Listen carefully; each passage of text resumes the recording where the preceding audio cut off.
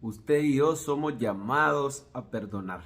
Si pudiéramos describir al cristiano, su esencia es que somos perdonados. La verdad es que el cristiano tiene la bendición, el privilegio más grande, que es haber recibido el perdón divino. Mire qué tremendo, siendo enemigos de Dios, hemos sido reconciliados con Dios por medio del sacrificio de nuestro Señor Jesucristo. Nuestro Señor Jesucristo nos amó cuando éramos sus enemigos, pero hay una responsabilidad que el Señor nos deja como hijos de Dios, como creyentes. Es una característica del creyente, es alguien perdonador. Los perdonados perdonan. ¿Lo puede decir conmigo? Los perdonados perdonan. Hay una parábola incluso en la Biblia que el Señor describe a un siervo malvado, el cual le debía mucho dinero a su señor, y él le suplica misericordia a su señor y su señor lo perdona. Y luego sale de ahí a agarrar del cuello y a meter a la cárcel a un consiervo que le debía muchísimo menos que la deuda que le perdonaron a él.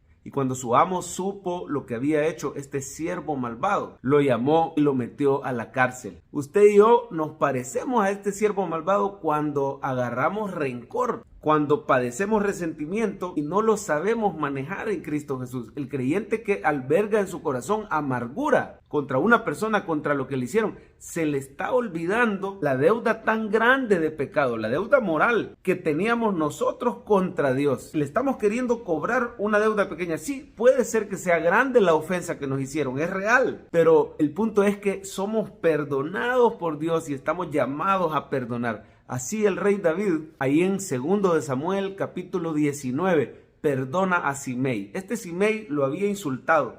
Él iba acongojado y afligido de espíritu, huyendo de su propio hijo Absalón, que lo quería matar. Y Simei, de la casa de Saúl, sale al encuentro, le tiraba piedras, le tiraba tierra, lo insultaba, le decía fuera de aquí, hombre perverso y sanguinario. En los capítulos anteriores usted puede ver esta historia de Simei, hijo de Gera. Pues bien, lo ultrajaba, lo insultaba y David se negó a vengarse. Un tal Abisai, hijo de Sarbia, siervo de David, le decía, deja que vaya y le corte la cabeza a este perro muerto. Pero David decía, no, si el Señor le ha permitido que maldiga, déjalo que maldiga. Tal vez el Señor va a tener misericordia de mí. Y así fue, Dios tuvo misericordia de David. Recordemos cómo David había pecado miserablemente, había fallado, había cometido errores graves y el Señor lo había perdonado, el Señor lo había restaurado. Así hoy Dios te dice a ti, recuerda qué grande ha sido mi misericordia contigo. Recuerda lo grande de mi gracia para con tu casa. Y ahora, teniendo eso en cuenta, ¿por qué te aferras al odio? ¿Por qué te aferras al enojo?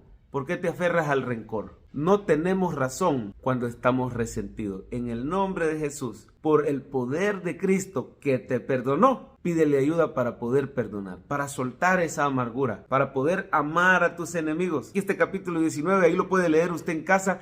Nunca David se parece más a Cristo que en este capítulo cuando él ama a sus enemigos, cuando perdona. Y así usted y yo debemos perdonar. Llega el momento donde Simei se postra delante de David y le dice, perdóname, reconozco que hice mal contra ti. Y David le promete, no morirás. Así el Señor Jesús, estando en la cruz, dijo, Padre, perdónalos, porque no saben lo que hacen. Inmediatamente se salvó un soldado romano, se salvó el malhechor que estaba crucificado a la par. El Señor se encargó de usar ese perdón para salvación. Usted y yo nunca somos más parecidos a Cristo que cuando perdonamos a los que nos han dañado. Es un perdón que puede traer libertad a tu vida. Es un perdón que puede devolver la paz en tus relaciones y en tu hogar. Es un perdón que puede restaurar e incluso traer salvación y reconciliación de esas otras personas. Así como Cristo nos perdonó cuando éramos sus enemigos, así como David perdonó a este Simei, perdonemos porque somos perdonados.